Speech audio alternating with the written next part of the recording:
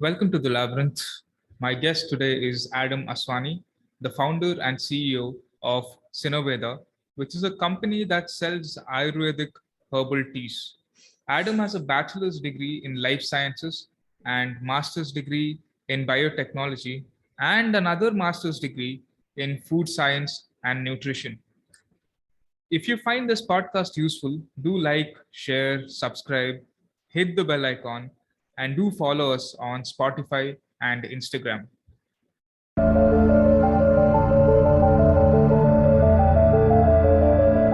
Okay, and we're live. Adam, welcome to the Labyrinth. Good afternoon, Pratham. How are you doing today? Yeah, I'm not bad, man, not bad. So, how are you doing? I'm doing great. I don't know if your audience gets dates on these, but yesterday was Holi, so we had a lovely Holi celebration here in Yeah. Maharashtra. So, brimming from some good spring equinox energies coming through. What did you do on the day of Holi? I don't think that should be spoken about in live podcast, but I had fun. I had fun. As long as you did, man. I'm glad you did. So, Cheers. can you can you tell the audience a little bit about yourself, what you have done in your past, and what made you reach to this stage in your life? Okay, so just to introduce myself, Adam Aswani, I am primarily a biologist and I've done a master's in nutrition with a specialization in sports nutrition and a second master's in in biotechnology with a specialization in genetics. And I now am spearheading my brand called Synerveda, where we work with functional herbs. We make functional herbal teas. How I got into this journey, I was actually supposed to be a pre-med. I was pre-med. I was supposed to be a doctor, but I somehow looking at the syllabus, of course, at that age, I didn't understand so much, but I just didn't like what I was in front of me. So I chose biology instead to understand the human body first and then decide what I wanted to do with the human body. But what I didn't like about med school, the syllabus itself, the first year is anatomy, physiology. They teach you the basics. And the next 4 years is pure pharmacology.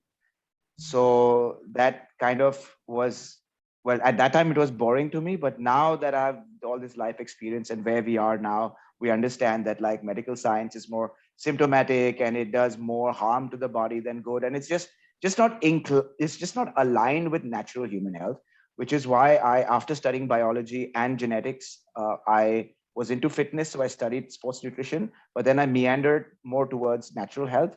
While I was doing my master's in the States, I got into open relationship with herbs.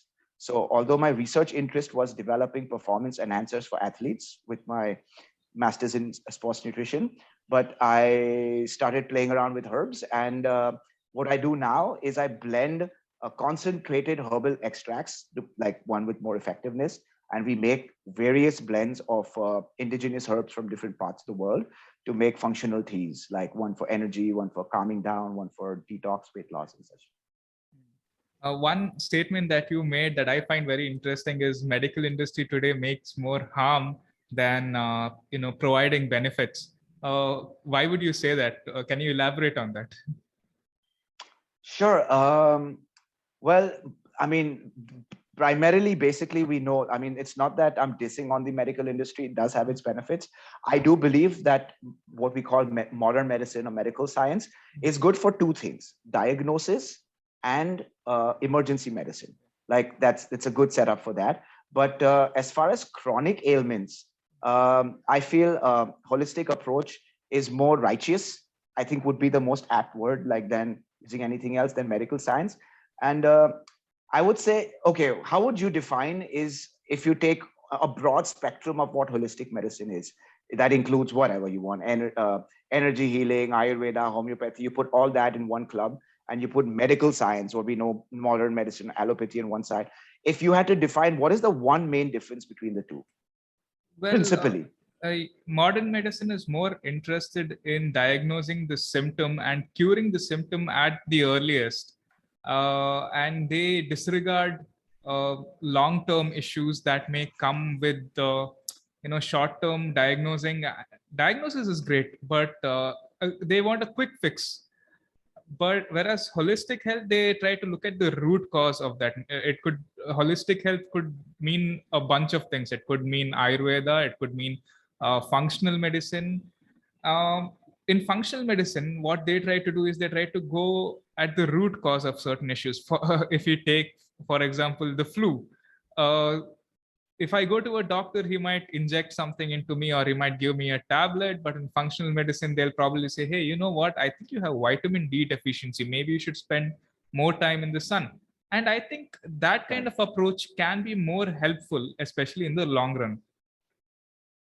Right. I think functional medicine is the perfect combination Mm. of the knowledge of ancient or older understanding of biology, like some of the ancient medical systems do, and applied medicinal aspects also, applied modern science as well. But I think the main difference, and you're right, like modern medicine is very symptomatic rather than getting to the root cause. It only kind of prevails. Like it's like you have a sprain, they give you a painkiller, so it just numbs the pain, right? It Yeah. doesn't take care of what the. But do you think that's purposeful, or do you think that just happens to be like an unknown way of they just do that, or do you think it's purposeful? Do they purposefully not want to address the root cause? I think it's a little bit of both. I think it's partially ignorance, and it also has a lot to do with arrogance. Because today, if I go to a doctor with a stethoscope around his neck, and if I say, hey, Right. you know what, may I know the side effects of this drug?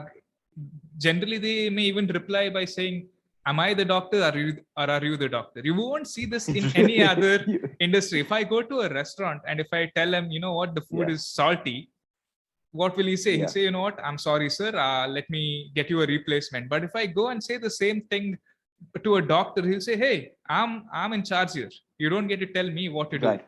Okay, you're Right. anti-science. We've been hearing a lot of that in the past 2 years, and that kind of You have. arrogance, I Okay. think, has led the way to this kind of catastrophe in the medical industry. That's, I think, again, that's not a that is very true. Yeah, of Mm. course, that arrogant god complex that doctors have, Mm. it's everywhere. And the more well known and renowned a doctor is, the more his ego is, and they fuel that. No, but it's not, I would say that's not the root cause. Again, that is one of the symptoms, the tentacles of symptoms, right?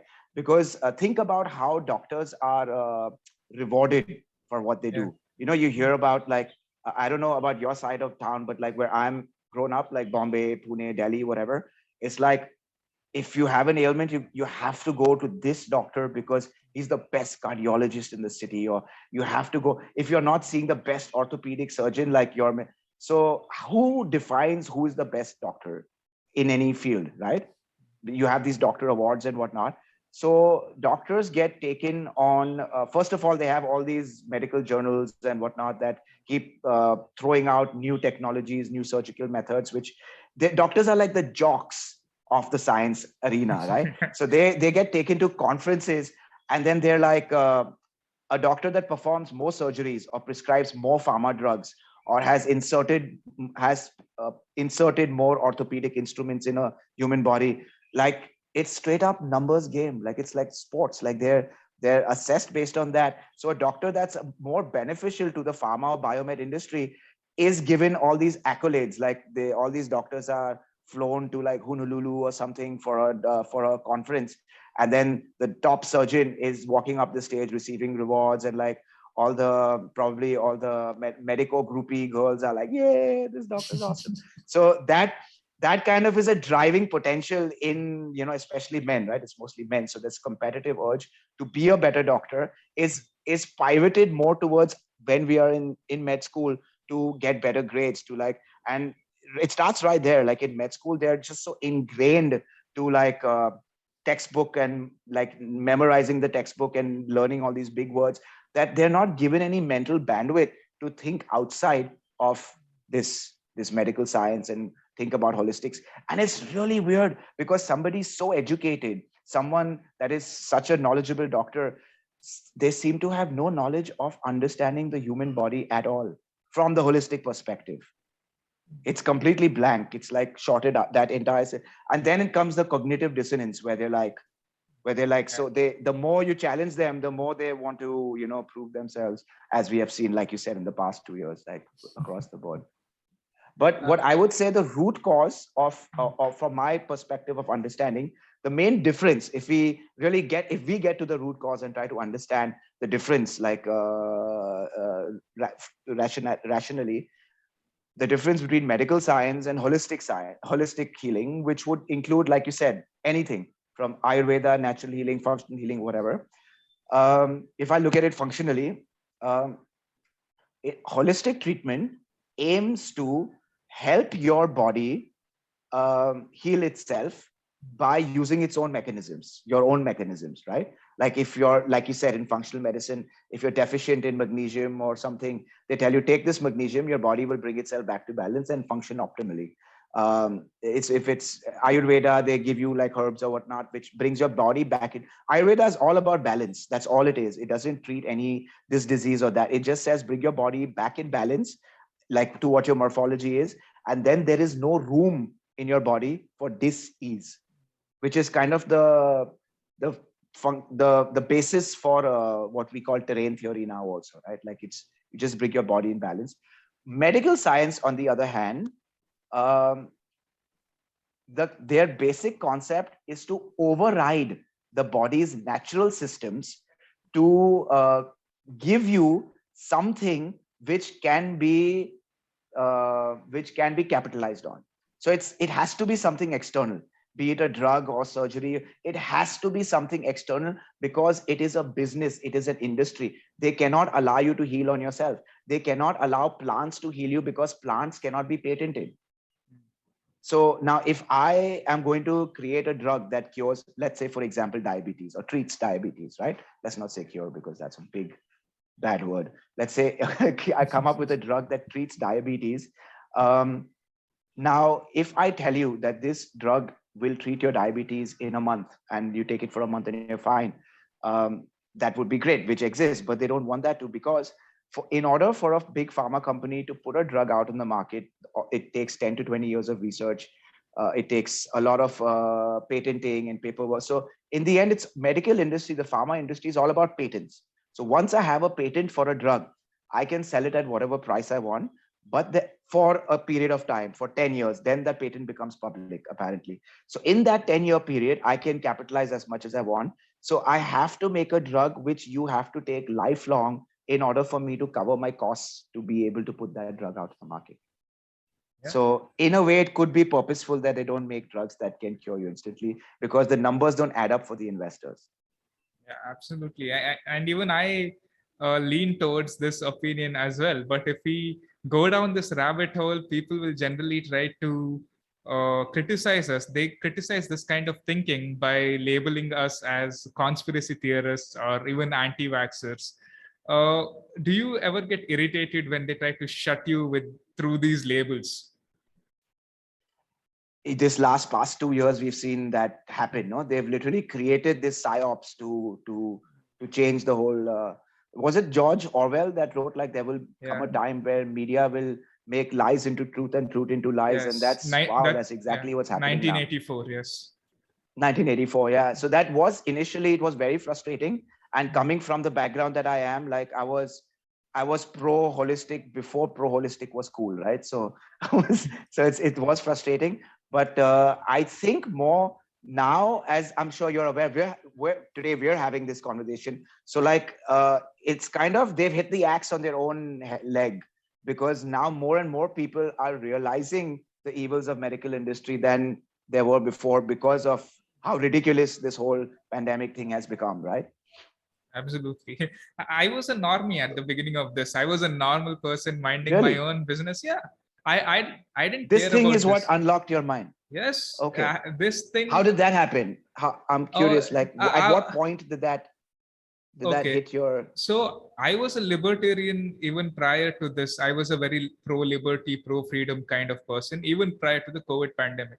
Now, when this pandemic began, there was this Janata curfew. There was 1 day of curfew, and then there was lockdowns. I saw people. I was living in Bangalore at that time, And I was seeing people getting chased with lathis and getting beaten up. And I used to think, wait a minute, why? What is the need for so much police brutality for a disease that Yeah. has practically 99 point something percent survival rate? And then Right. gradually I'm seeing there's more fear. They said no leaving the house and mask up for 2 weeks. I said okay, fine, it's only 2 weeks, right? Fine, I'll follow the rules. 2 weeks became two Okay. months 2 months Yeah. became 6 months. And I'm looking around at my friends, and a Yeah. couple of my friends, they were really scared. And I asked them basic questions like, why are we being so scared? And a few of my friends, they're wearing masks, right, from their house. They're traveling from their house to the restaurant with a mask while riding their bike, and then we're sitting on a table and we're all taking off our masks. so that so that didn't make sense Kind to me. of Okay. question. Yeah, Right. that is like, okay, this goes against basic common sense and logic. So I just There you go. asked, like, Yeah. why are we doing this? Like, what is happening? Like, why are we doing this? And one of my friends said, hey, you can't question mass. You know how many people have died? Haven't you seen the news? Like, yeah, okay, but how are we saving lives by following this absurd rule? And I Right. got a lot of eye rolls for that. And I used to think, wait, isn't science all about asking questions and open debates? Criticizing people and labeling people, that's religion. Today we're seeing science behaving like religion. And Exactly. exactly. Exactly. Yes. And for the first time, I'm seeing people who are more science oriented censoring people. This was generally done by religious fundamentalists. And pro science people criticized religious people all these years because religious people are into censoring and stuff. And today, the so called pro science people are doing that. And then to make, Right. the event that really hit me was somewhere, I think, mid or in the beginning of 2021. My personal doctor, I've already told this incident multiple times on the podcast. So he walked into a supermarket without a mask, and he started arguing with one of the clerk in the supermarket. And that video, that CCTV footage, went viral. It came on NDTV and all the news channels. And everyone is like, oh, Okay. this doctor, being a doctor, is not wearing a mask, is a COVID idiot and all that crap. And that really changed my mindset. I went down one Okay. rabbit hole and another rabbit hole. And And it, the algorithms took care of the rest, yeah, for you. It yeah, just like it did. opened up that Yeah, side of it did. perspective for you. Okay. Exactly. So I'm glad to hear that because exactly like you said, when the lathi thing and all this really enforced fear was going on, I was just wondering, how are people not seeing through this? How are people not seeing through this? But like you said, even after you are realizing this, there are still people around you that are still not, like they're not seeing through it. I mean, once you do, it's like so evident that it's like, for me, being a biologist and coming from the background, right from the beginning, when they told me about, when you hear these newspapers or whatnot, I'm like, what the, what's going on? Because it doesn't add right. And I'll tell you why. I mean, the very basic fundamental thing. I made a video about this. I don't know if you got a chance to check out some of my YouTube videos, but what is a virus? A What is virus is nothing but protein.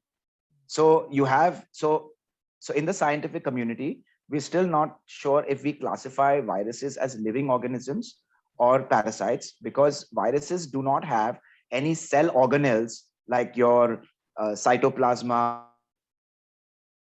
like, or plants, animals do, right? There's prokaryotic cells and eukaryotic cells. And then there's viruses. They don't have any cellular machinery except for their nucleotide sequence, which is your either DNA or RNA. There's viruses of both types, DNA or RNA, encapsulated.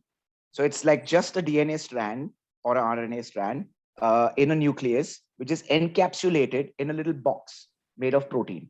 And it has little either flagella or tentacles or whatever it requires for movement and latching, depends on the environment in which that virus is supposed to be. Like our beloved COVID virus has Yeah, those spikes on it because spikes, it's yeah. supposed to latch onto cells. Mm. Some viruses have tentacles, some viruses have different kind of apparatus, but it's all protein. It's all just protein fragments. What do we know about proteins? Proteins heated, any protein heated over 80 degrees Celsius breaks. it loses its consistency, which is why when we boil water to make it pure, because anything that is bacteria or viruses that exist in water, once you take it to boiling temperature, it lyses, it dies. That's how fragile these things are. Bacteria sometimes you can have lipophilic bacteria, you can have thermophilic bacteria which reside in more, like, prefer heat conditions or whatever, but viruses cannot survive over 80 degrees Celsius, which is why our bodies have a natural defense mechanism. When you have a viral infection, your body naturally raises this temperature. The reason we get a fever is your body raises its temperature to kill the virus. And we pop paracetamol and reduce our body's own natural defenses. So again, very purposeful, no? That they tell you to take paracetamol to reduce your body's defense mechanism so that the virus can keep, and then they give you some antibiotics after that. So it's quite kind of brilliantly structured, the whole industry, if you ask me. But so that's the thing. Like, you can't tell me that there is a virus which cannot be killed. Like, that's impossible.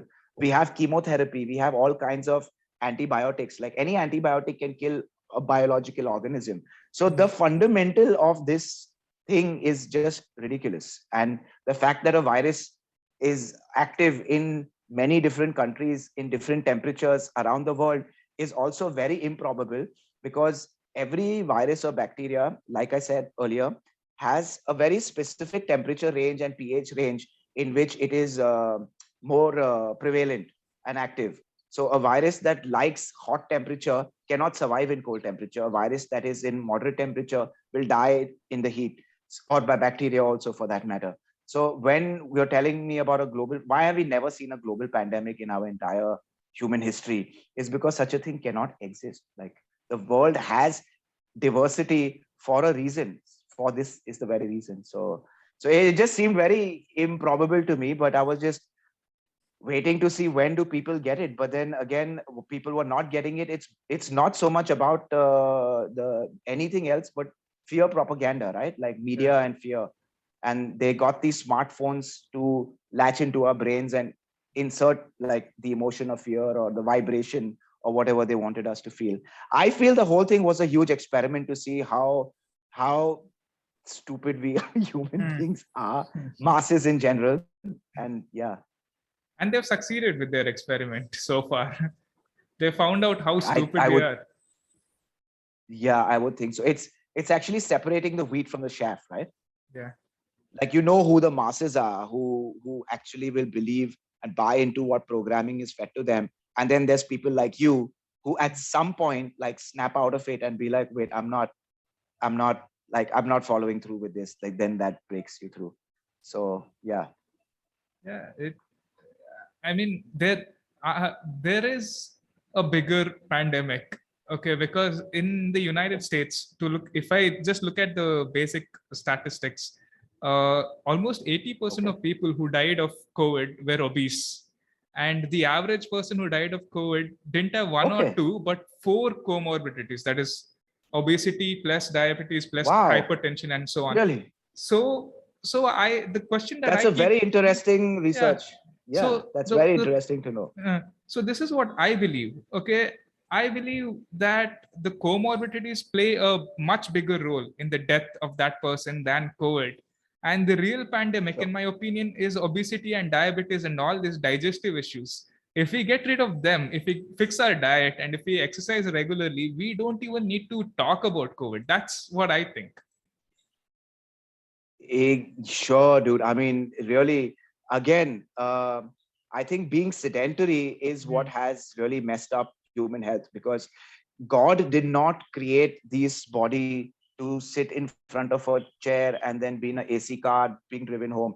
God created this body to bring down woolly mammoths and fight saber-toothed tigers and walk 40 miles a day, right? So if you take that intense machinery and you make it sedentary, and we have availability of food in plethora right now, right? We don't have to fight for our food, which is why animals are always fit and lean. You don't see fat animals in the wild, because the natural system keeps them lean, because you have to be, survival of the fittest. It's like, it's just that. And we are creating not just, you're right, like all these food related morbidities, like like diabetes and whatnot, is just because that exercise and diet pattern is not set right. Yeah. A few years ago, you were in California. I think you were studying. How was your experience living in California? Um, I did my master's there. I was in Central California. And so I was like in between LA and San Francisco, more in the agricultural belt.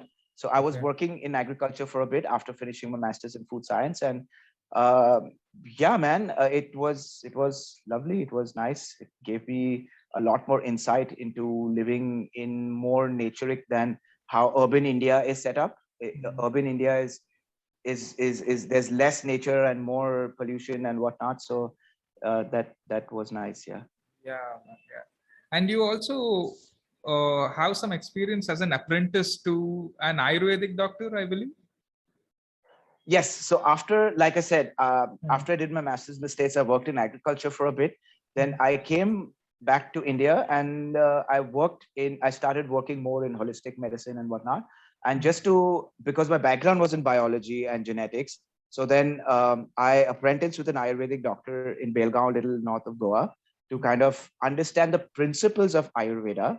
But I don't necessarily subscribe so much to Ayurvedic treatments, especially when it comes to, so I lean more towards the functional and regenerative medicine side of things. Ayurveda, although I love the principles of Ayurveda, like we talked about the balance of the body and the morphology and whatnot. But I don't, and I've written a blog about this. It's a little controversial, especially with in India, but like I feel like there are some aspects of Ayurveda, which is why the medicines, at least, are not really as effective in today's day and age. Yeah. Because have you ever taken Ayurvedic treatments or medicine? I have Ever, a like, are you familiar? Have you seen a bottle or? Yeah, I have taken many times in my life. And to be honest with you, even I'm not the biggest fan of Ayurveda. I think the problem with Ayurveda is that sometimes they're very vague.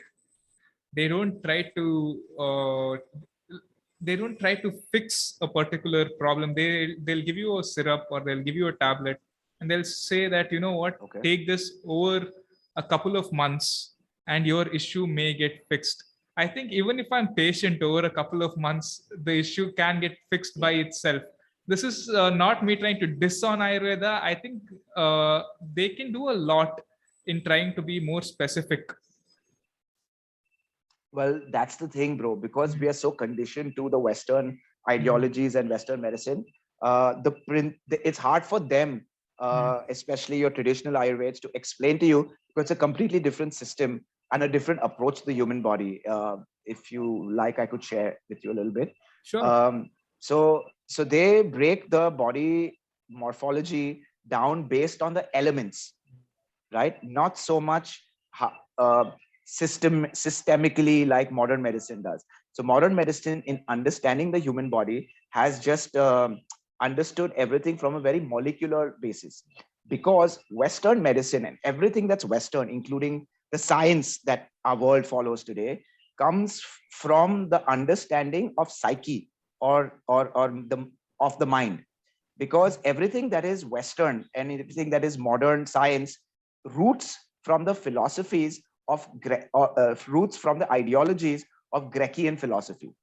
You remember that Socrates and Yeah. Descartes and whatnot. So Okay. modern, everything that is modern knowledge of science and humanity and whatnot comes from the root of Grecian philosophy, which was more mind related.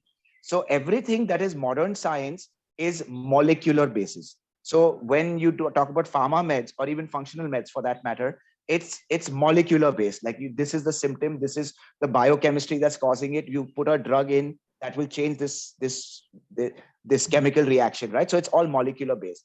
Ayurveda, like most ancient medicines, is not just molecular based, but it is more quantum. It looks at things from energy field spectrums as well.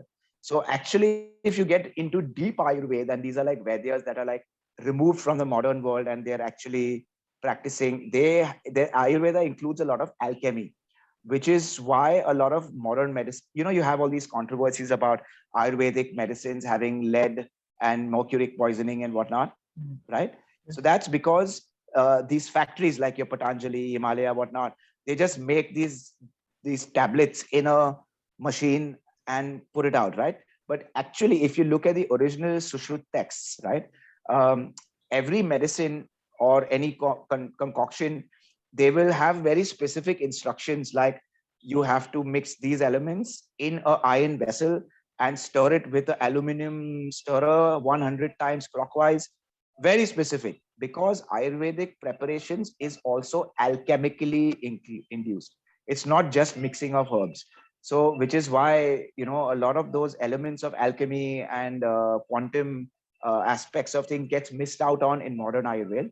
And what modern Ayurveda is, where you have like, so modern medicine has tried to integrate Ayurveda in their own format of modern medicine, which is why the Ayurvedic schools and colleges, which is modern colleges, is structured around medical science, like Western medical science. And it is not, it has taken away most of the root practices of Ayurveda, Yeah. especially by making a lot of the really potent herbs illegal. Potent herbs examples. Datura, marijuana, Yeah. ephedra, which is somlata, somlata is a herb called mahuang in Japanese culture, which it comes from Japan. It grows mostly in northern, like more mountainous regions. It has those red berries, and it is an amazing herb for curing respiratory diseases like bronchitis and asthma. But they want to sell vasodilating drugs and injections, so they made that herb illegal in a lot of countries, saying that it causes harmful effects. So that's another aspect of medicine, of what pharma is doing now. It is nowadays, if you Google search herbs, you find side effects of this herb in a higher SEO than the actual benefits of it or whatever. And I think that's purposefully being done by pharma companies. Like, you know, you have your Mayo Clinic and WebMD and whatnot, which are funded by pharma and have a higher SEO ranking. So they're psychologically they're dissuading. Media again is like showing you what they want to show you to structure your understanding of things. So yeah, coming back to, sorry, I digress. We're talking about how a lot of herbs that have been made illegal, like marijuana, for example. There's a lot of mentions of marijuana for various different ailments in Ayurveda, including IBS, colitis, and things like that. It's really good herb. There's something called bhang basma, which is marijuana leaves along with fennel seeds and a couple of other herbs. There's 4 ingredients, which is roasted on a pan with ghee, like pure ghee, and then drained out. And a preparation is made of this into a ball, which is an amazing cure for IBS and colitis. So, you know, irritable bowel syndrome and things like that. It can be really, really cured. And if you want to make it, anyone out there that has stomach issues or IBS or something, a simplified version of that is you can take some marijuana leaves and boil it in water and add some fennel and drink that in like before a meal or something. It helps settle your tummy and acts as antispasmodic and prevents that bowel inflammation. Yeah, I mean, I see marijuana making a comeback. It's slowly making a comeback. I Yes. think more and more people are accepting marijuana, especially in medical fields. In India, it's very easy to get medical marijuana. There are websites like Vedi Herbals. There's another called, I think it's called India Hemp Organics or something like that, from where you can buy I tablets. was I was at You can buy tablets of of marijuana or cannabis to help you with multiple medical conditions. But you were saying something. Yes, in fact, you're very right. In fact, I was at a festival recently. I do a lot of festivals and events for my brand, for Synerveda, and I came across this new brand called Dr. Hemp. And apart from making hemp products, they're also planning to make CBD oils and THC based tinctures. And they've tied up with about 235 Ayurvedic doctors across the country who can give a prescription for this. So that's very pivotal. As I was saying earlier, they made a lot of these herbs illegal so that they cannot be used in Ayurveda anymore. And that way people don't find Ayurveda effective anymore and meander back towards pharma. So that's what broke the shackles of Ayurveda by making the more potent healing mechanisms not usable. So now that this has come back, it's a huge revolution. Don't you think? Like we're at a turn of events where more and more people are realizing that the pharma industry is not what it's touted to be. Yeah, But absolutely. yet it's a huge industry. It's the biggest industry in the world. So like it's gonna be a battle, right, to like topple them down. Do you think Yeah. that's possible in our lifetimes? We're going to see that? I don't know if it's possible, but it's a fight worth fighting for. Uh, now, when I just use the word big pharma itself, a lot of people think of that as, oh, that's not really true. There is no such thing called big pharma. But all you have to do is a simple Google search, the biggest fine paid in the history of US, and the first thing that will come is Pfizer. Pfizer has paid the Sorry. biggest fine in US history for fraudulent marketing because they were telling a bunch of doctors, hey, promote our drugs and we'll pay you. And they had to pay like a couple of $1 billion for the US government. And this thing keeps repeating. It's not just Pfizer, it's also Johnson and Johnson, Merck, Of course it and is. Yeah. yeah. This is just highlighted, but like it Yeah. happens, right? You have just like you have lobbyists in the tobacco industry who go around the Senate and get people to pass laws to make cigarettes legal. Like why are cigarettes legal that cause cancer and marijuana that cures cancer is illegal, right? Like I think so. So coming back to when you said like your mind opened up when you saw during this pandemic and you realize, oh shit, like wait a minute, maybe what we're being told is all lies. My mind opened up. I think this is why they call marijuana a gateway drug, because the first time you smoke weed, which is like, you remember when we were kids and we were like, oh my gosh, those are drugs and that's so bad and it's evil, bad people do drugs. It's programmed in us, right? It's Yeah. ingrained through our cultural programming more than media at that time, right? But then when you actually smoke it and you're like, no sense to me. And then you question what legal is and what legality entails. Yeah. And I believe that for me was breaking the shackles for like realizing, okay, what the government tells you to do or not do, just like religion, as we find out on our own, is not necessarily the best for us. So then you don't you question, you don't even, I don't even think I question things anymore. I just don't follow their or their legal systems or whatnot. I don't prescribed to Yeah. them. But coming back to this interesting point, where did the medical industry start from? How did we start using chemical drugs instead of natural medicines? Because although we call it Western medicine, because for us it comes from the West, but back in the day, I mean, before modern medicine existed, I don't know if you know when did it start, but it's not only that in India we have Ayurveda and in China we had TCM, right? Everywhere in the world, even the Native Americans were using plants and energy healing a lot, right? You've heard of rape and whatnot that Native Americans do. Even in Europe, there were a lot of healers. I mean, all over the world, that's what man has grown with nature, right? So we have always had plants as our healers, which is like been prevalent everywhere. In fact, very interesting thing about the synergy between plants and human beings and animals. Plants evolve symbiotically with animals in their vicinity, because only if they produce molecules that serve us will they be prolific. So if I am a plant and I am making, I have, all plants have a variety of phytochemicals, different constituents. You have tannins, you have saponins, you have a lot of plant molecules, right? Which is what we call functional or plant medicine or medicinal herbs, whatnot, because we use these things. So if I am a plant and I'm making molecules, if that molecule that I make does not serve anybody else, I will go extinct because nobody needs me. I'm a weed. But if I make compounds which help others, like tomatoes, for example, are nutritious, or potatoes or onions are nutritious for human beings, hence they are so much more grown, right? Well, Compared to a plant that does not provide you nutrition. So plants symbiotically have grown side by side around us, producing molecules that benefit us so that we grow them more and we let them grow more. So there is this synergy between man and nature that exists, which it's a very energetic thing. But if you are out in the forest by yourself and you are starvation, if you go into your grassroots survival mode, and there is something that your body needs, the jungle will provide it. Are you familiar with this phenomenon? Have you experienced this? I've never experienced anything like this. No. Have you experienced plant medicine?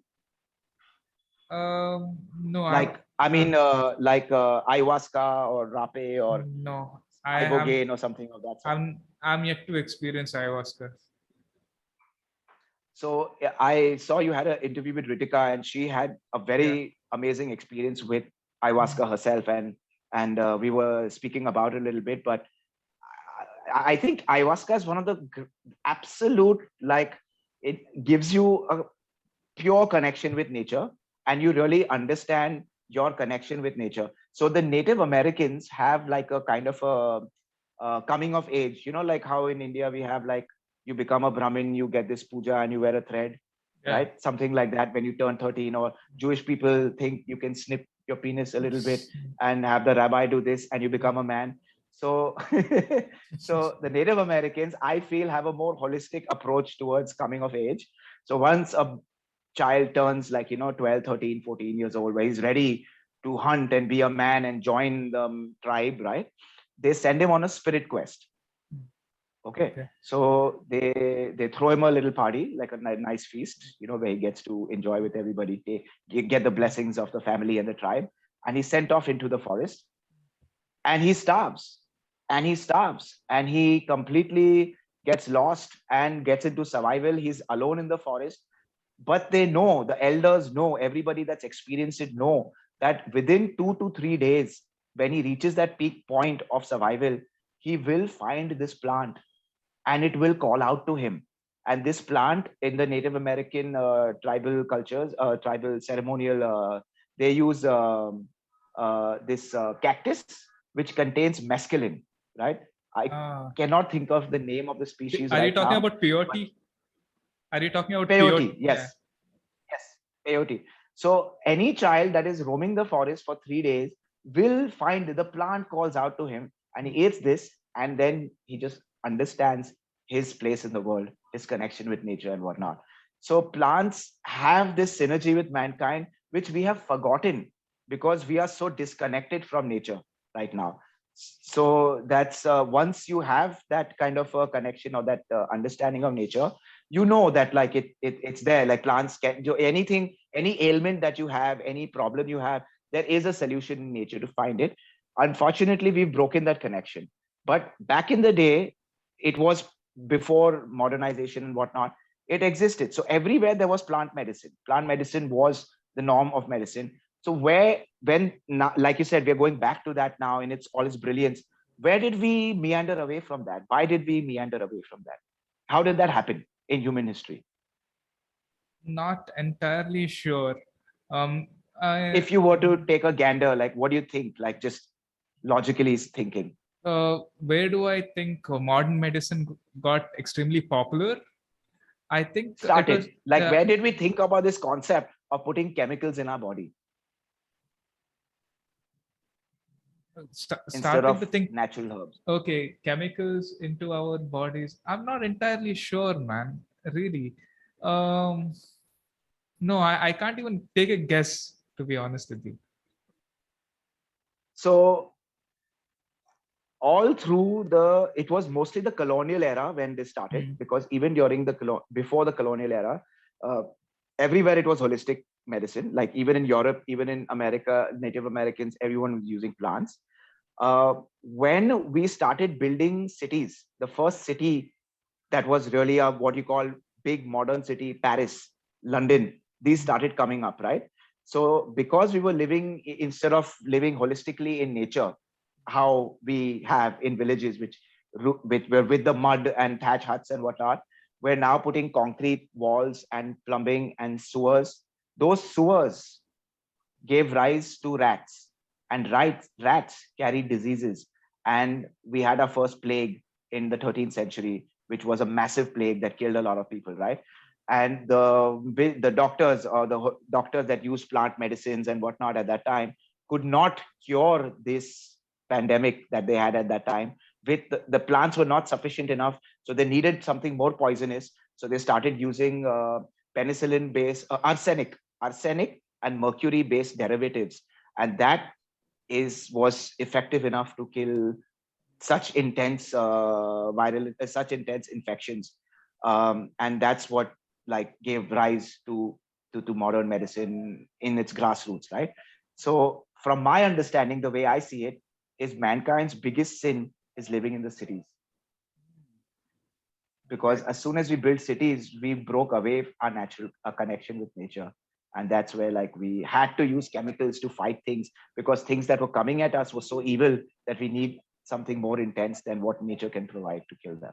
So if mankind's biggest sin And if you, is moving into cities, then what is the solution? Because today we yeah, see a lot of people talking about off-grid living and homeschooling. What do you think are the alternatives? right, that again, like it starts with that. But then if you think about it, like what you were talking about earlier, right? Like obesity, digestive diseases, lack of exercise, it's such a huge issue that it's causing all the health problems that humanity has today, right? So, and then we go to a gym and then we run on a treadmill like a fucking hamster, you know, like instead of Yeah. using that, being naturally inclined to like working in the fields. I think there has to be a connection with food. Human diabetes is an issue because we don't grow our own food. We don't, if you can't grow your own food, at least cook your own food, you know, or go out and buy the produce yourself. You know, you touch and see the vegetables instead of clicking a button online. Having a connection with food is something, this I learned from a holistic practitioner. Having a connection with food builds your own digestive enzymes and release of insulin, that sensitivity along with your daily routine. So, you know, when you're picking your vegetables, when you're chopping your fruit, whatnot, it makes your body prepared for knowing what nutrients are coming in and what digestive enzymes and what should I release, what my pH acidity should be. Like I said, it's very quantum. It's very, our human bodies are very quantumly connected with nature. And by doing that itself, we have, you know, we don't have, I'll tell you the simple solution to diabetes: have your meals on time and exercise 1 hour a day. That's it. That's it. Meals on Okay. time, because your body should have an understanding of how much insulin to. I release this much insulin at breakfast. I release this much insulin for lunch and this much insulin for dinner. So sorry, you were saying something. Yeah, what do you mean by quantum? Because I see this word being thrown here and there by a lot of people, but that word quantum, it has multiple meanings. What do you mean by it? um, so I forget the name of this amazing physicist that I used to follow a lot on his YouTube videos. I so sorry cannot remember his name, but he's meandering now into an area which is more interest to me, which is quantum biology. And he opens his TED talk by saying that if you ever meet somebody who says that I understand quantum, understand quantum physics, I would not trust that man. Because even people that have spent their entire lifetime studying quantum physics still don't understand it. And it is a complete, um, it's a very different perspective shift for us humans. Because another way of looking at it is we are shifting from 3D to 5D, is something that you've heard a little bit. Yeah, Yeah. in a lot of spiritual So circles. yeah, I think it's I wouldn't use it as a term of definition myself, but just because it's commonplace. So let's see where you're at and see where we can build from that. What is your understanding of what quantum works, what means I to you? Like I what do you I think really don't know what is quantum means. Okay, a lot of people in the spiritual circles use it, but they use it very vaguely, and it can be problematic true? also because if you pinpoint and if you ask them explain to me exactly what you mean by quantum, they may not be able to give a proper answer. And if you ask the science people, if you ask physicians or astrophysicians what uh, the word quantum means, they will probably give an explanation that will probably go above my head because it's a very Yeah, sophisticated that's thing. that is so true. Like on both sides of the spectrum, we don't have a meanderer. Yeah. Okay, so let's see if we can find a easier way to understand it. Joe Rogan podcasts are really good way to Mhm. understand these things, because I think he's had people who can really cross that bridge between science and spirituality. But let me at least try to share with you to get an in depth of what it could be. Have you heard of the Japanese monkey experiments? No. I'm the not. Japanese experiments, like with monkeys. So there's this island, okay, and then there is another island, 100 or some 100 odd miles away, right? So in this, and both, because it's in the same area, they have a very similar species of macaws, right? In the same kind of in the same vicinity. So it's the same same geography, the same species, but they are hundreds of miles apart on a completely different island, and there is absolutely no way that they have any intercommunication between them. So they got on one island and they teach some things to these monkeys here, and similarly the monkeys on the other island pick up on those things. Similarly, I mean, why they came up with that idea is because they are in the more southern, in the islands, Filipino islands, there are birds that make certain sounds in one, and they pick up on a certain sound, like macaws, they pick up on a sound. And another island miles apart, those birds also start making similar sounds. So they said maybe birds can fly. So let's try this with monkeys across 100 mile of ocean. And they taught them certain things, and the monkeys over there picked up on that. So that ties into something we call the superconscious, where even in the world of science, when there is a certain idea that has come up in some person's mind, other people have tapped into it and had the same discovery in another part of the world at around the same time. That is called a superconscious. And this is spoken about a lot in The Doors of Perception by Aldous Huxley. You should give that a read sometime. He has a Yeah. double book called Heaven and Hell and Doors of Perception. So the superconscious is something that exists. So how would you explain that if you were to use rationale to explain that? It is not rational. The reason why I think and I don't mean that as a criticism.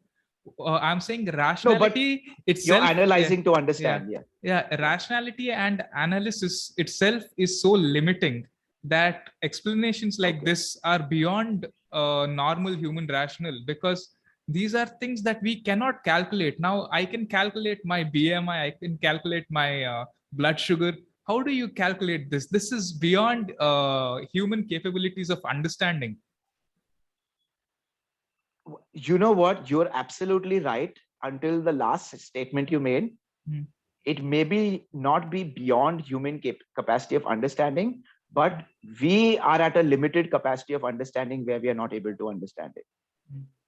Okay. But maybe we have had capabilities earlier, or we are going back into being able to understand basically anything that is energy spectrum. So now there is something known as quantum healing, where like somebody does healing at one location, and they can do healing for someone halfway across the world, and that works. Okay. I'm still really, really keen to know how that happens, or exactly like you said, how do we quantify that, and how do Yeah. we actually prove that in our limited way of understanding logic and rationale right now. Maybe there can be an experimental design to set that up, but yeah, the fact remains that that there is something known as an energy spectrum or a grid, which there is communication in that grid, but Okay. it's not molecular. It's not molecular. It is energy. And even the human body, right? We have first thought that like we can only communicate through our nervous system and our lymphatic system, right? So your nervous system carries signals to your brain, and then your brain uses your circulatory system, your lymphatic system, your blood and your lymph, to send whatever molecules is required to that part. That is the what we have understood as known, what like how the body functions. And modern medicine is based on that function, that limited understanding. The reason why modern medicine is so limited in understanding this phenomenon of how our cells communicate is because we have medical science was founded by the pioneers who discovered how the human body works by dissecting cadavers. Okay. They would dig Mm. up dead Yeah. bodies from graveyards, or get permission to dissect cadavers and Mm. understand, okay, this connects to this connects to that, this is how this works, and written medical books, which now sits on the shelves of our medical colleges, right? But the difference was that these were dead bodies, so they don't know how a live body is different from a dead body, and that is the energetic connection that exists between cells, which we call prana, or the more oriental side is called chi, which leaves the body after death. So that itself is a force field which communicates. You're familiar with this, right? Yeah, Prana, I am. life force. Yes. Yeah. So in your understanding of prana, it is what is it like? To be honest with you, I try not to go into this too much. I try not to do too much research into things like prana and chi, because the thing is, I used to. I have come out of a very rationalist background. I used to hang out with a lot of Irrationalist background. not irrational, rationalists. Okay, like Rationalist there, background. yeah, there is Okay. a school of the philosophy called rationalists in India, and most of these people are atheists. They don't believe in God. They look at Okay. everything in an objective way. And I used to be an atheist as well. So Okay. and I was heavily influenced by them as well, and Okay. they look at everything from an objective way. No, we need clinical studies. If there is no clinical studies, if there is no evidence, we are not going to believe in that. So I come from that background, and no, Okay.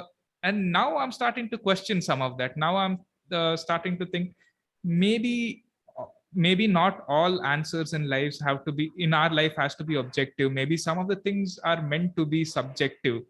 Maybe some things are beyond calculation, beyond logic, like prana and chi. You can't quantify prana or chi, for as far as I know. And it's not that I'm against the understanding of prana or chi, but how I think is, okay, maybe this thing is true, but what do I do with that? How do I apply that? That's what Okay. I think. Okay. Okay. Yeah. So yeah, interesting. We had this conversation with Ritika also last week about Hmm. atheists and whatnot. I think being an atheist is part of the journey, Hmm. because we are forced through religion in Yeah. any culture that we're raised. We are forced a false Hmm. understanding of God or spiritual this thing through religion. It's important to break out of that, becoming an atheist and saying that I don't believe in this God that is taught to me, that Yeah. has been forced on me. The God that y'all are telling me about, I don't believe in that. Hmm. Take away from that and then go through life and find Hmm. God yourself, or the answer Yeah. of the God question yourself. I think, and for that, I think everyone's journey is individual. And that's the whole thing. Where spirituality and religion, I feel, meander across different separate paths, is because religion is more about mass indoctrination. Like you sit in one church or a temple with 500 people and have the same experience. I don't know if that's possible. I think spirituality is an individual experience, because your connection with divine has some very, this whole aspect of sacredness is like it's your own personal understanding, your own connection. So when you get that connection, you understand what God is. And for some people it is, finding in a temple, banging a bell in, maybe it could be for that Yeah. guy. For Hmm. some people, somebody, it might be tripping on LSD at a music festival and experience absolute blissfulness. For me it was on mushrooms, sitting on a rock overlooking a valley. I saw the face of God, is what I like to call it. And I think what I feel, what God is, or the energy or the vibration of God, is absolute bliss. That's it. Okay.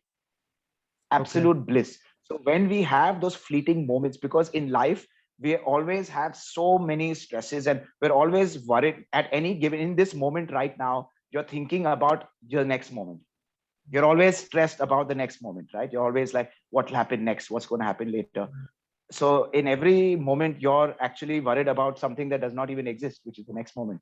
But in sometimes when you live in the moment and you experience that moment in its fullness, that is when you excavate yourself into blissfulness, and that's the closest to God we'll ever be.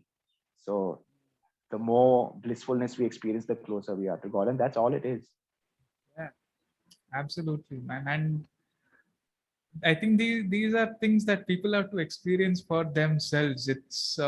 Exactly. It cannot be explained. It has to be experienced. And Thank you. yeah. Coming to that, sorry to cut you off because this is where I was going with this. So you're right. Like modern science and rationale is one side of things, and it's amazing. I'm a scientist myself, so I understand the value and I appreciate all of the scientists and mathematicians that have given us this. Like they've literally taken this unknown world and they've charted it for us. Someone like you and I, at a tip of two buttons, we can have access to the exact every pinpoint decimal mapping of this world and mathematics and logic and physics and dynamics. So it's wonderful. Science is a very amazing tool for understanding the world around us. But then, like you said, like the energy aspects, which yet modern medicine does not have the technology to quantify or measure these aspects. And we are getting there. But I feel instead, if you're trying to understand prana, chi, energy, quantum, rather, because it's not something like we have both understood that we can understand through words and rationale. So reading a book can only give you an informative understanding of what it is, but to experience it properly, I feel what would be a better way to do that for you would be to start experience it by learning under a master, which was the Okay. ancient way. In the ancient way, like even the Vedic texts and what the Brahmins that would get trained, right? There was no written textbooks. It was passed down from a master to an apprentice and so on and so forth down the lineage. So it is an experiential aspect that makes you learn. So the person I spoke to at the conference that we were at last week about Ayurveda, he told me this, that an actual Ayurveda, like a Ved, traditional Vedya, not the modern Ayurveda school, they spend about 30 to 40 years under a master, and then they first 18 years they are taught the basics of life. Then from age 18 to 30 they are taught about plants and the world around them, and at age 30 they are taught about energy systems. So it takes that much life experience and training under a master to learn these energetic principles. Same with the monks that are in the Buddhist temples and all. It takes years to understand. So it's an experiential understanding which cannot be imparted in books. You can read the words and get a contextual understanding of what this could be, but you have to experience it yourself by doing it yourself. Yeah. I'm going to go on a slightly different tangent right now. A few years ago, Okay.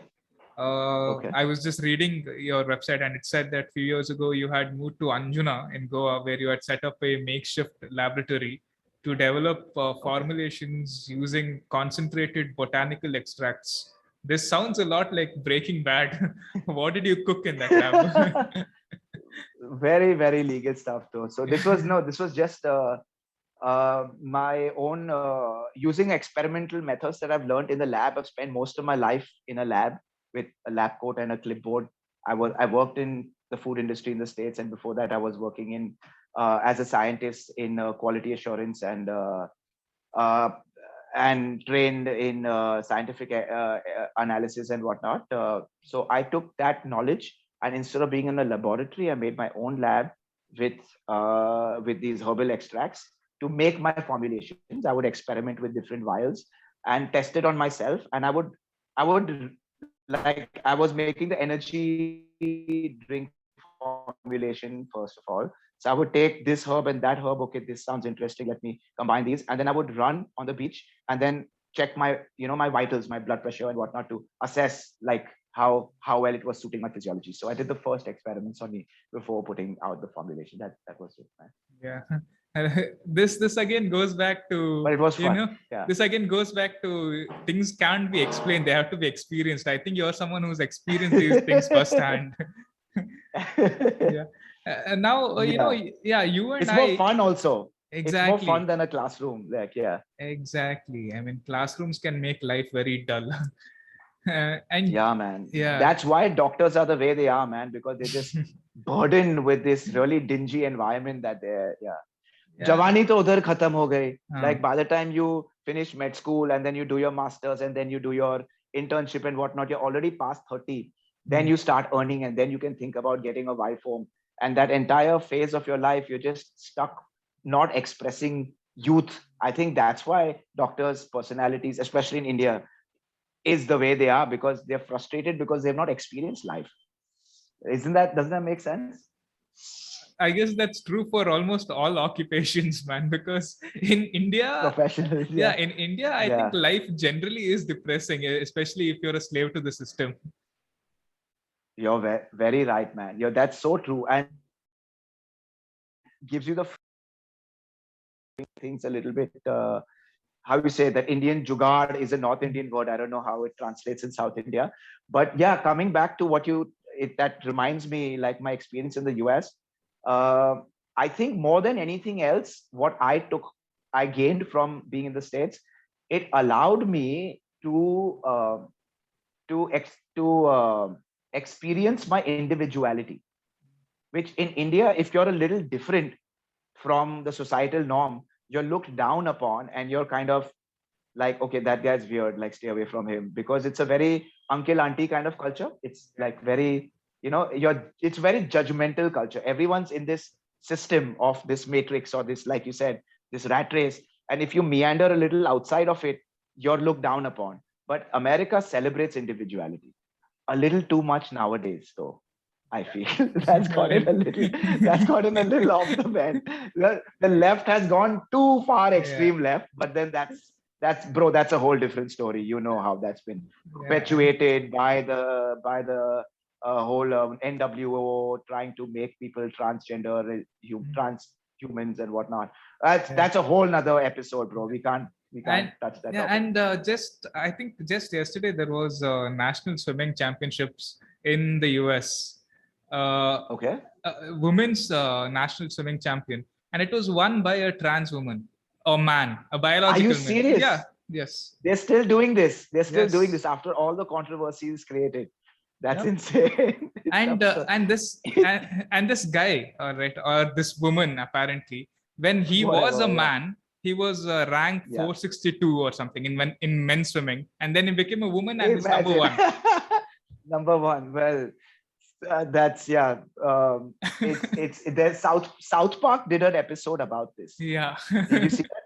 Yeah, I've seen. What's it? Heather Strongman. Like it was like this guy that looks like Macho Man. Like literally, I think they've taken that Randy Savage character and he competes in like women's championship and wins everything. And they made a satire on it. But it's like the same thing like when you said that when cops are beating people with lathis, and I'm like, when are people going to understand that this is a thing? Like, this is so ridiculous. When are they going to understand that it's not a real thing? That's how my opinion has evolved, even with this whole LGBTQ thing. Maybe 10 years ago, I was like, you know what? If a guy likes another guy, that's his choice. If he wants to be a homosexual, that's his choice. I don't care what they do with their life.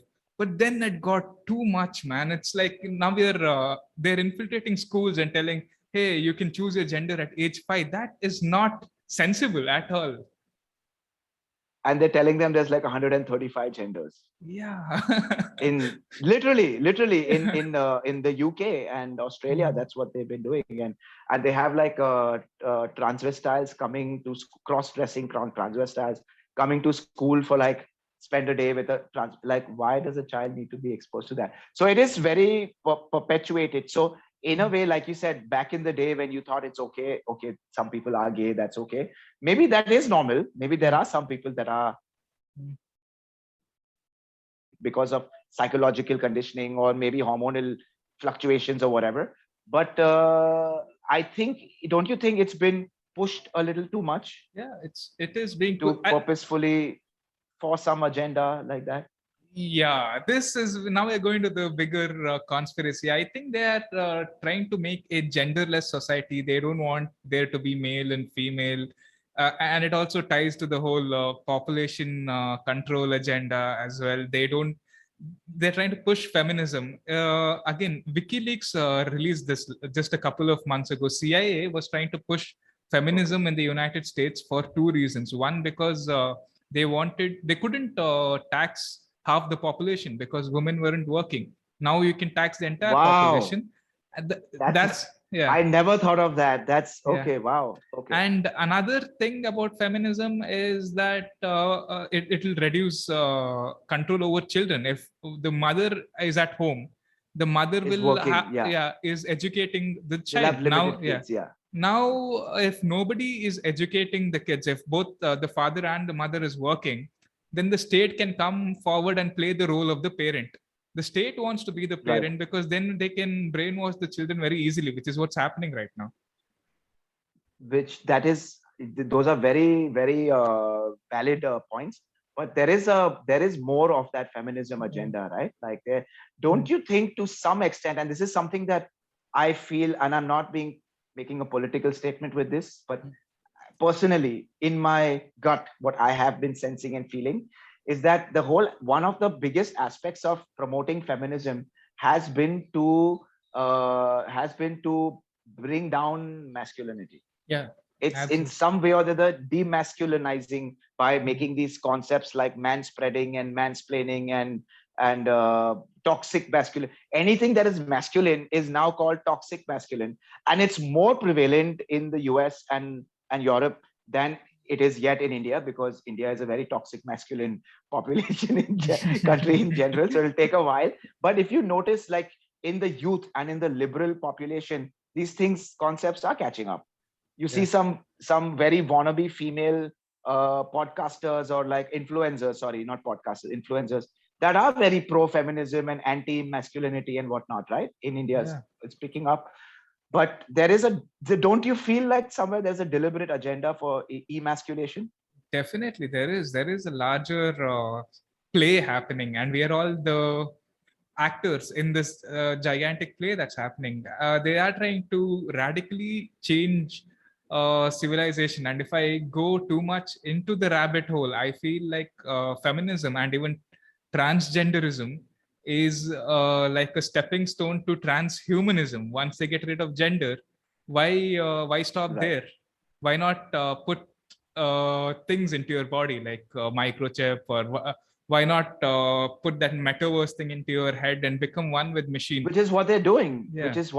I mean, they've funded metaverse to be such a Mhm. huge thing. I'm sure they know they're being successful in their steps when they're going in that direction, right? I mean, Facebook collects our data on a day-to-day basis. I believe like the meta bots know you better than you know yourself, Yeah, because they have such a proper analytical robotic understanding of how each and every neuron in your brain twitches to any stimulus than you could ever imagine knowing for yourself. exactly. So See, they know how mm, to not only understand humanity, but how to program us, which is what they have been doing. yeah, Yeah. exactly. So They're collecting what do our. you think could be our, Oh, sorry, you go ahead, go ahead. no, they're collecting our, you were saying, Yeah, data, they're or collecting our past to design our future. right. Yeah, that's well put. But if we don't want this future, and Mm, if we want to fight, because clearly it's not a healthy future for humanity, right? mm, They're just roboticizing us, and this yeah, beautiful creature of the human being that has evolved. I mean, come on, we mm, are the apex predator on this planet, right? We are the most evolved species on this planet. There must be something divine about us, that we have raised ourselves from fucking fighting, like evolving from all of these other monsters and giant sauruses that have roamed the planet. We have reigned supreme. Like, there's something amazing about us, right? So there must be a for bigger destiny that humanity has than becoming these transgender robots, right? Like, there are two mm, futures that, yeah, like, we have a very amazing future that humanity naturally has an inclination towards, and then there is this agenda that few people want to keep us as a slave civilization so that they can control us and mine us for whatever they know better. um, so we are in this crossroad of mm, evolutionary directions, right? uh, and if you actually think about it, then this side going towards the transgender and whatnot, it's a larger mass of population that is already very easily manipulatable by the powers that are to take us in that direction, and very few of the intelligent ones of our species that can see through it and fight it and be able to like walk away from it. But for how long? Once they get the masses to be going this certain direction, because like VR and chips insert is already a thing. yeah, Like, we're already there. Like, Elon Musk's next venture is Neuralink, and yeah, everybody who likes technology worships Elon Musk. So like, and most of the world's population now, educated population, is employed by tech, right? yeah, What yeah. does that mean Mm, in terms of what the discussion we're having? if you've noticed that people that work in IT are more likely to wear a mask and get their vaccines than us who are more independent individuals, right? However, that's basic psychology. That's how it works. Like, you got to come, you work 9 to 5. If you want to come to office tomorrow, take this jab. Otherwise, you can't come to office. It's so easy to control them once you're part of the system. So what do you think is a apt solution for us to break away from that and reprogram ourselves to our own divine purpose? I can think of a two-step solution. The first one is reconnecting back to nature, practical ways of moving away from the matrix, maybe through this concept of agorism, where we don't pay taxes. I'll grow my vegetables, my neighbor grows vegetables. Another neighbor, there's an aunt in my neighborhood, she's good at stitching shirts. I'm not going to buy a shirt from a mall and pay taxes. I'm going to buy from her and live as a community and look at human beings face to face, not screen to screen, and connect back to nature. Because when you're growing your own fruits and vegetables, and when you're stitching your own shirt or buying a shirt that your aunt made for you rather than from a mall, you are actually connecting back to your work and to your community. This is how we used to live 100 years ago. This was not considered extreme. This was not even called off grid 100 years ago. This was the norm. And that's one way of understand. That's one part of the solution, is what I would say. The other part of the solution is not completely abandoning technology. We can use technology to fight back. A lot of people, to escape taxation, now people use cryptocurrencies. I don't know to what extent it may even backfire, but I think a lot of people are trying to use 3D printers as well, so that they can make their own stuff. People in the US make guns with 3D printers as well. Why? So that they can protect their community against any kind of tyrannical forms of government. That is happening. That is happening. Yes, I'm surprised you've heard of that, because I have had friends in the States that have told me about these things. But I'm glad you incorporated these two things, because when we talk about this off-grid living and this barter system, well, that's how the concept of money started, right? Like, I would give you one goat in exchange of a bag of barley, and then you would keep exchanging that. And then we had to come to a common denominator, like, you use gold, and then that's how we started using gold, and then the concept of money existed. Problem is that the concept of money was created by these few bankers, like the Rockefellers or whatever, the Rothschilds or whatever, and they monopolize everything that is fiat currency. They monopolize money. So the concept of money is not that bad. It's just that the people that control it have their own evil agenda, which does not benefit you and me. Same thing with technology. Technology is an amazing tool. It makes us, now if we go back to that era where I'm stitching clothes with my hand and I am giving it in exchange of food, and you're spending your whole day tilling soil, not only do we go back to our organic state of being, but we also throw ourselves a few hundred years back in terms of progress. Because if I spend all day just farming my food to be able to put food on the table, as compared to how today you make a phone call and you have whatever dish you want on your table in 20 minutes, right? So that's taking us back a lot progressively, right? So we need, if we want to progress as a species and as a community, and as a civilization, we'll be holding ourselves back if we go down to grass. So I would say we don't need to go back to tilling the soil ourselves. I mean, the system is amazing how it's set in place. There are farmers that do that. There are butchers that chop the meat. There are factories that make the clothes, which is fine. And we all get to have these basics taken care of so that we can use our minds to progress to making higher things happen. In fact, automation and systemization is going to be the future, where the most menial of labor jobs get taken care of by machines, so that humans don't have to do menial work anymore, and we can be more here, right? Right. Again, but the people that control technology have an evil agenda. That's why they are using technology to control us, instead of allowing technology for us to evolve ourselves further. Which is why I don't like conspiracy theorists who are technophobic. I tell my conspiracy theory friends who have a phobia of technology, listen, guys, maybe rather than abandoning technology and making ourselves weaker, because if I abandon technology, it becomes easier for government or Rothschilds or whoever to come and colonize me. But if I use technology, if I use 3D printers to make my own guns, or if I use cryptocurrencies to make independent currencies and my own financial choices, then that'll be much more efficient in me fighting against the system. That's why I don't want to abandon technology. How do they react to that when you try to break this through to them?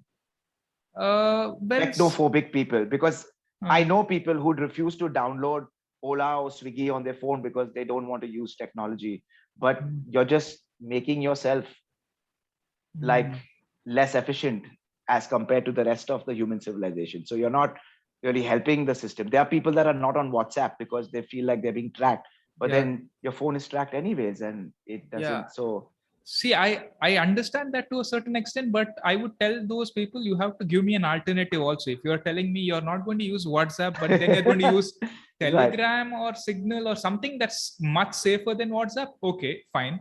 But if you're going to tell me, hey, I'm saying maybe Telegram Signal might be slightly better than, I know it's the lesser of 2 or 3 evils. Until it gets big enough. Now put yourself in the position, if you are the founder of Telegram or Signal, right? And you build a big enough database by telling people that it's an alternate solution, all right? And you get a big enough database, big tech comes to your house with 2 big suitcases and says, here's 50 mil, you can live the rest of your life in happiness and bliss, and just sell the rights of Telegram to us and we'll do what we want with it, or we kill you. What are you going to do? That's why. Or I'm going to rape your family in front of you and then chop your head. Like, what are you going to do? Like, what are you going to do? Take the 50 mil, right? So I don't know if that's necessarily the safest solution. The safer solution for me is to not be afraid of the system. Okay. To not allow that element of fear because if you're now, there are people like, when I'm calling somebody to score some weed or something, they're like, oh, I'm going to talk on the phone. Yeah, well, nigga, it doesn't matter. Like, no one's coming at you for selling half an ounce, of weed. Like, no one's tracking you and using like millions of dollars of CIA technological systems to come after you for this little pushing that you're doing. At the same time, if you're not in the fear zone, like, I've never worn a mask all this whole 2 years, whatever, never, not once.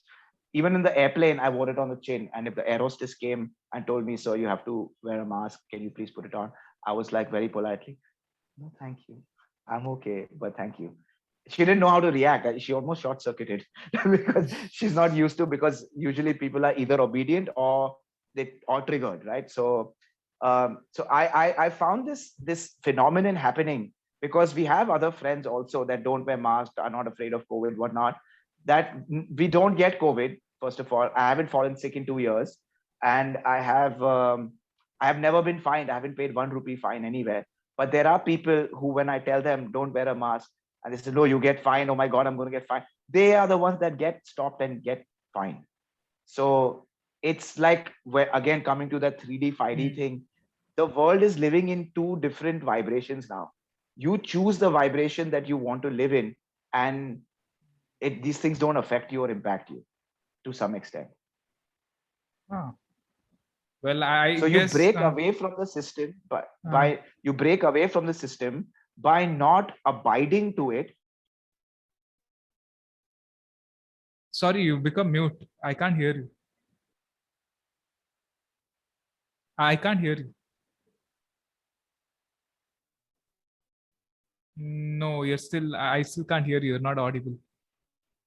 Can you hear me now? Yeah, I can hear you now. Yeah, you're fine. Okay, sorry.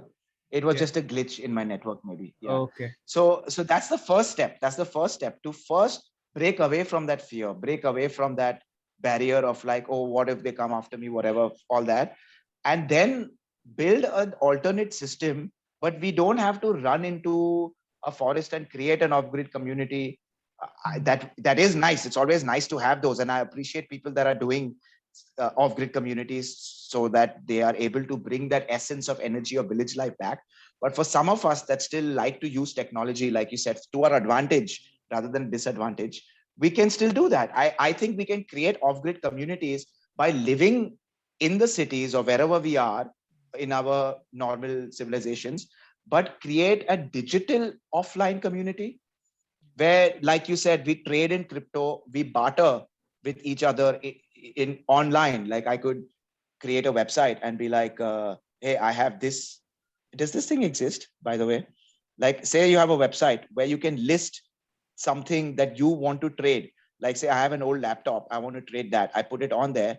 And then for the similar value of things, there could be other trades that I could do. Like I could trade a laptop for a chair or a furniture set, or so I could trade I can put what I want to trade, something that I don't want and something that I want. I could upload both these things, and then the algorithms could find a match and connect me with somebody. So we can do this off-gridding at a larger scale digitally instead of being reliant on one small. So because if you think about it, if you're just one off-grid little community, a 5-acre plot with like self-mining or a self-sustained whatnot, natural disasters happen. And if something like that happens, you are so vulnerable that you have to crawl back to the system.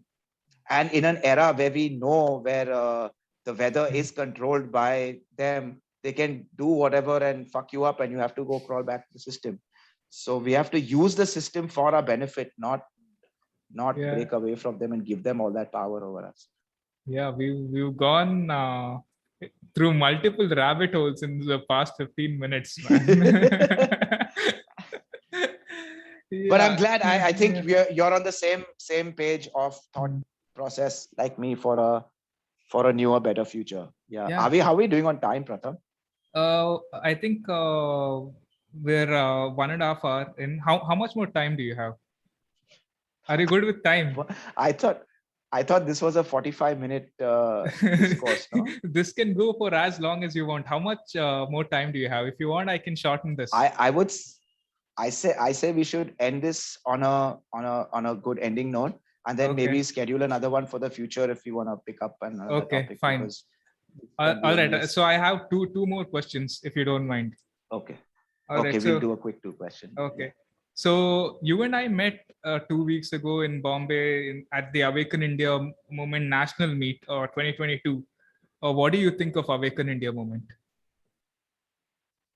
Oh man, I'm so grateful for it, first of all, because when this whole thing was happening, the pandemic and whatnot, all these announcements, like we spoke about earlier, I was very frustrated. And it was like being a Neo in a world full of Agent Smiths, no? Because everybody around was like, shut the fuck up. You don't like how you conspiracy theorists, you this, you that. So it was very frustrating. And I actually was one of the, the first conference we had last year. It was just about 30 something of us, some of the main founders and whatnot. Okay, in Goa. And being at that in Goa, yes. And being at that event and being the small community for the first time, having 30, 40 people around you that are also feeling the same things that you are. It was so heart-rendering. And we had a huge battle ahead of us at that juncture because the world was, and after that we were hit by the second wave and whatnot. So it's really attending this conference that we did this April and seeing how much progress the movement has made, how many more super active members that have joined the ranks, and seeing how much we've accomplished has been amazing. It's been so rendering, because the last conference I attended, and I was talking to one of the founding members that I had interacted with, the first one, that first conference, there was, although we had all this excitement and all this coming together, but there was a sense of nervous apprehension, saying like, okay, like we're talking all these things, but is it possible? Can we actually do this? Seeing the progress now at the second conference with everybody presenting all the work we've done, and the big win with Johan and Ojaji with the Bombay High Court thing, it's like, wow, we're actually, we've hit certain milestones, and now it's only exponential growth from here on because the foundation has been set. So it's very heart-rendering for me to attend this one. Yeah. Same here. What about you? This was your first conference? Yeah, this was my first conference. When usually I'm around people who contradict me on a lot of things. They have the exact opposite energy that I emit when it comes to COVID or on a lot of issues. So when I came to Mumbai and when I came into that hall and when I saw so many faces that were I don't know how to explain it. I almost felt emotional because to have that energy of of all these people understanding what I'm going through, it made me feel so comfortable, man. I and that felt really good. And you described exactly how I was feeling at the first conference. Actually, yes, that's what I meant. And I'm really super proud of this organization, man. A lot of there are some weirdos who will say bad things about AIM, but I don't care. I'm really proud of this organization. Right. How did you come in contact with somebody from there, or you heard about them online? And have you been active in your city? Like, is there a AIM in Mangalore? Yeah, so I came across Johan almost a year ago. I got him on my podcast twice, and after that, after that, my way of thinking completely changed. I mean, an hour of talking to Johan, anybody's life can change. They'll probably go in a more conspiratorial way, right? Yes, because he speaks his truth.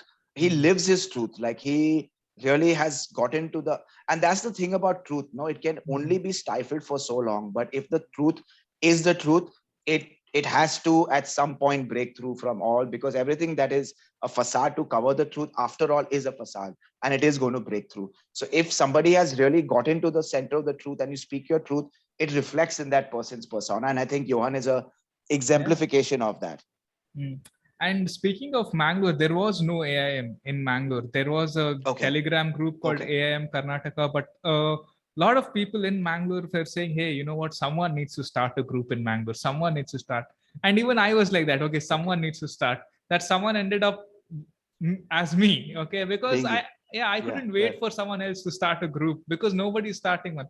So I just started a normal, Telegram and a WhatsApp group called Wake Up Mangalore. There were barely 20-30 people. There was nothing much happening. Wake Up Mangalore. Okay. And eventually things got worse here. In November of last year, they said, you don't have the vaccine, you can't enter malls, you can't enter theaters. You couldn't even enter government buildings. Now, government buildings, unlike malls and theaters, is a necessity. Okay, malls and theaters, I can say I don't want to go. So I believe that in South India, they included temples also, because I heard a few people calling me from Bangalore that they said even temples and religious places, when they did open, they were not allowed to enter without. But how strict were they in the government offices? Like, they were barricading and not allowing anyone, or you could talk your way through if they were understanding enough? So here in Mangalore, the Mangalore City Corporation Commissioner said that you can't enter the corporation building if you don't have the vaccine certificate. I wanted to figure out how strict they are, really. So me and 20 other guys, not only did we walk into the building, we walked into his cabin and we said, boss, enough. This doesn't make sense. This is in contradiction of Supreme Court's order. And he immediately rolled it back. Fucking very good, bro. Yeah. That is amazing. Props to you, man. That's a big win. Thank you so much. Thank you. And it's really amazing to see that how he was so responsive, which meant that inside his head, he himself was questioning it. He just needed somebody to like kind of bring it to the forefront. Otherwise, most people are not so proactive with just doing things on their own. They'll hold it in their own thing and they're just doing the job role. Yeah. And we went to multiple people. We went to a college and we got it reversed there. We went recently, a month back, we went to this additional DC guy. We tried to get him, get the vaccine mandates rolled back in malls and theaters. It got rolled back as well. Now we don't have vaccine passports in Mangalore at all, not even in malls and theaters. They don't check it at all. But here's a common theme that you see when I went to meet the college principal or when I went to meet this commissioner or the DC. This is what they say. Hey, you know what? We get orders from above. You may be right. Maybe you have a point. But hey, we have orders. We can't do anything about it. Exactly. Yeah.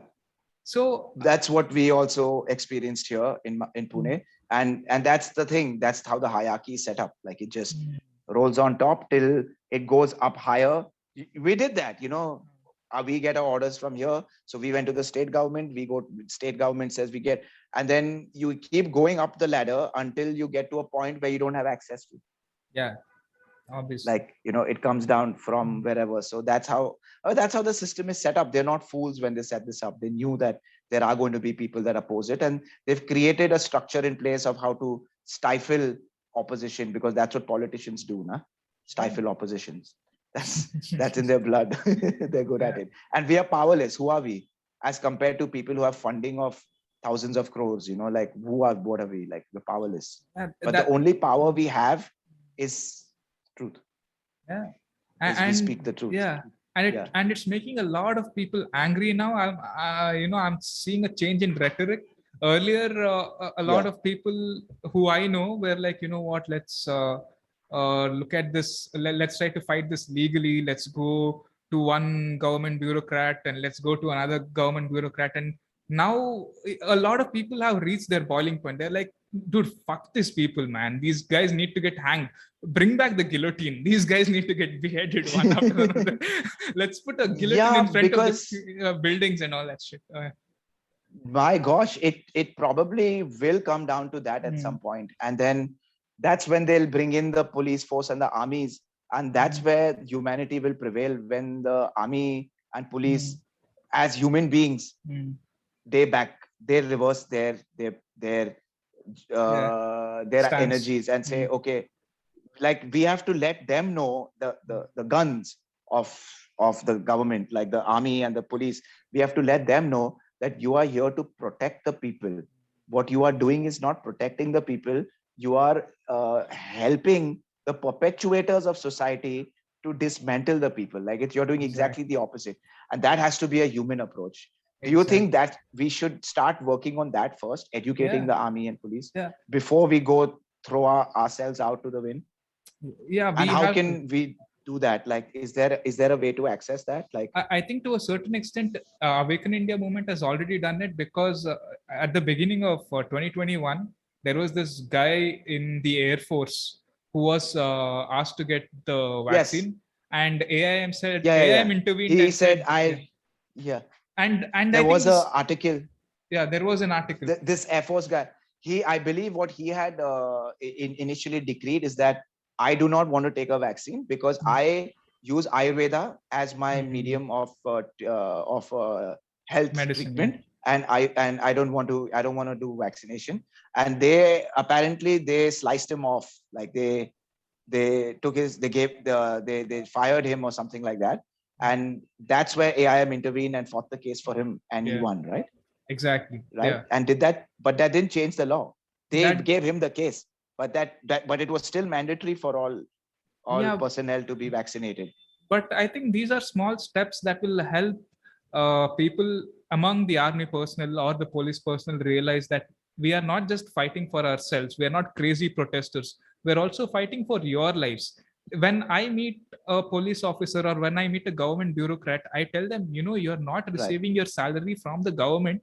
We are giving you your salary because it comes from our tax money. Our taxes are being paid. Yes, we have given it down. So when they do these lockdowns and stuff, and when we are not earning, chances are very soon you are not going to receive your salary as well. That's a very good point. Yeah. Okay. Yeah. And I also tell them, look, a lot of people among the police force have also been affected by these vaccine side effects, because they were the first ones to get vaccinated because they were essential workers. Now, who will fight for their health? If something happens to them, who will fight their cause? Not the government, we. Okay, so we are more empathetic to you than your own employers. So maybe it's in your best interest to be nice to us. Right. That's a good point. Yeah. That's a very valid. I didn't think about that whole tax money thing. Yeah. But I'm glad you've had good success with that. Probably you may be a good orator. I think one of the issues with that is interpersonal skills, right? So a lot of AIM members I've noticed are revolutionaries, right? Including myself. We are very loud and outspoken, and I'm no hypocrite. I am also the same way. So if I get triggered and I'm talking to a police officer or somebody like that, I could start getting loud and obnoxious. and then they put their wall in, and then because they have that power of like shunning you off because they are the law, they close that door on you. But I think a softer approach, people that are more, how you say, neutral Yeah. communicators should be sent to do that task, to There, talk to these individuals, yeah, or through a reference. Like yeah. if you know somebody, through somebody, because in India this referential thing is a very important aspect. Like you go Yeah. to somebody's office, through someone's reference, you will be put on that in that door a lot faster than somebody that just come to the office. Yeah.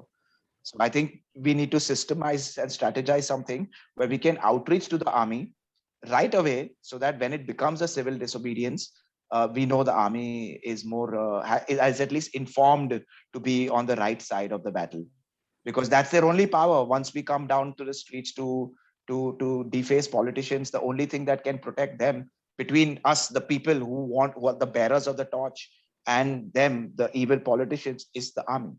Yeah. Yeah. And finally, to conclude this podcast, I'll end it with a very Yes. vague question, but an important question nonetheless. What do you think is the purpose of life? For human life or life in general? For life in general, or for you, for Adam Aswani? Well, for me, it's all of these things we spoke about to make people more aware and conscious about all of these topics. Really, we hit a wide range of things, like pinpoint it. They're all interrelated in some ways, especially in today's times. And it's, yeah, so I'm so grateful for you to give me this Yeah. platform to talk about all of these topics, because what we need to do, it's all, is the best we can do is sorry about that, I was just swiping my phone, is to let people know that this is happening, and why this is happening, and coming back to the purpose of our human existence and our lives and whatnot. We spoke about a lot about like how in we're to talk about quantum, right? Like I would say the purpose right now for humanity is to shift into a more quantum existence, or an awareness of the quantum world, which is everything outside of the physical world, that is beyond, right? Now, back in the day, people had a better awareness of this Mm. in ancient human history. If we talk about you see the pyramids, and you see the Aztec cult civilization, or you even go back to like the Atlantis and whatnot, where they had these kind of quantum technologies where crystals were fueling spaceships and things like that, right? All these existed, and it is written in our Vedas also. Like the manuscripts of the Vedas, which talks about Vahans, like Viman Vahans, like which was Ravana used that aircraft to kidnap Sita and flew her to Sri Lanka, right? There is a lot of mention of spacecrafts along with diagrams and diagrammatic representation in our ancient text, which use nuclear fission and anti-gravitational forces and whatnot to fuel spacecrafts. So alien technology, whether that was alien technology or whether that was technology that human beings had access to back in that time, existed. So we did have a better understanding of the quantum world and nuclear fission and whatnot. We don't now, but we will again in the future, because we're going back in a loop. What is that loop? Have you heard of the yuga cycles? Kali Yeah. Yuga Yeah, we to are in Kali Yuga right. right now. We are in. I feel that we are in this transitional phase from Kali Yuga to Dwapar Yuga. So I believe it's Kali Yuga, Dwapar Yuga, then Treta Yuga, and then Satyuga, and it's a 28,000-year cycle. Can I take a minute to explain to you what that Sure. Yeah. phenomenon is? Okay. So just as the Earth, our Earth revolves around the sun, and our moon revolves around the Earth, right? The orbit, Okay. right? Right. Similarly, our sun, the sun, which is the center of our solar system, revolves around a bigger star. So Okay. as our Earth is going around this way, this sun is going through a bigger rotation through endless space this way. So along with the sun, so is our little cluster of planets called our galaxy, like this. So not Earth is not growing in one space only. our Earth, where we are, is going through this vast entirety of space, which is a 28,000 year cycle, right? So in this vast space, there are different areas which have different gradients of magnetic resonance and electromagnetic forces, and certain places where there is lower centrifugal force, in some areas where there is higher gravitational force. So there are what we call the yugas, the Kal Yuga, Dwapar Yuga, whatnot, are nothing but patches of energy gradients that our Earth is going through. So Kali Yuga is this very dark and dense space of space itself, where human potential and consciousness is limited. But as we move into higher planes of existence, we will be more interdimensional in our understanding of the world around us.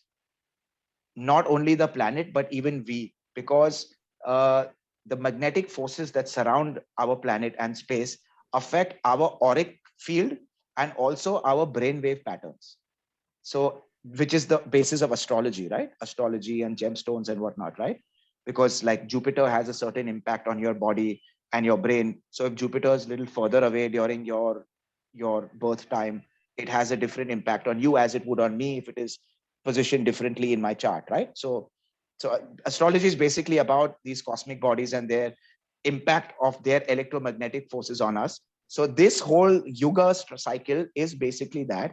So there was a time where we were in Treta Yuga and Satyuga Satyuga at and one time, Dwapar. the golden era, which was when humanity was more intelligent because the density was lesser.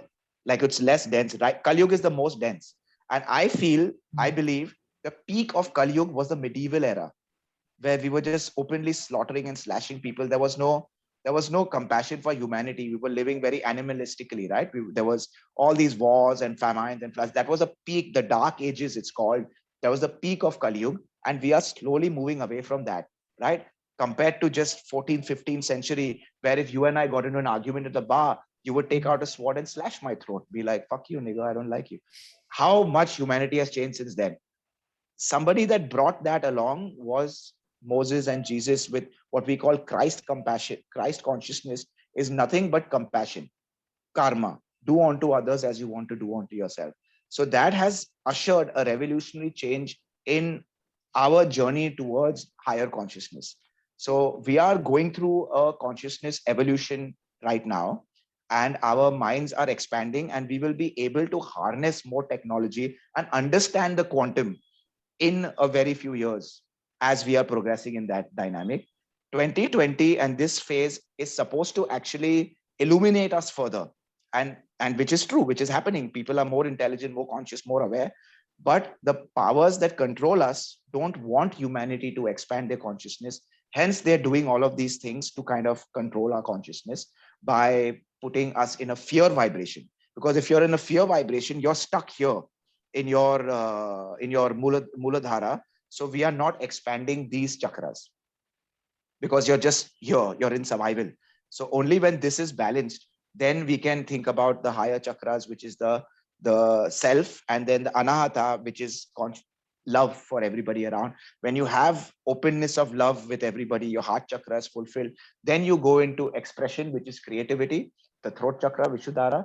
Then you go into the higher chakras, which is your crown chakra, whatnot. They are stifling this by keeping us in survival, with impregnating us with fear. So, like I said before, just and allow yourself to experience the higher forms of consciousness and expand. So, what is the purpose of life? In one word, expansion, growth. Wow, that was a lot to consume. This was A bit of a a ramble, bit of sorry. a bit of a what? A bit of A a bit of ramble. a bit of a ramble, yeah. Sorry, just went on for a bit. I love ramblings, man. Ramblings, especially when they're very incoherent. A lot of people will say this doesn't make sense. For me, this is like poetry. Okay, it doesn't have to make sense. Like I said earlier, some things cannot be explained; they have to be experienced. I don't know if I agree with everything that you said, but This was a very interesting conversation. I'll tell you that. And you're a very Thank you. interesting person as well. And thank you so much for being on my podcast. Thank you, dude. Thank you so much for the opportunity, and it was fun chatting with you.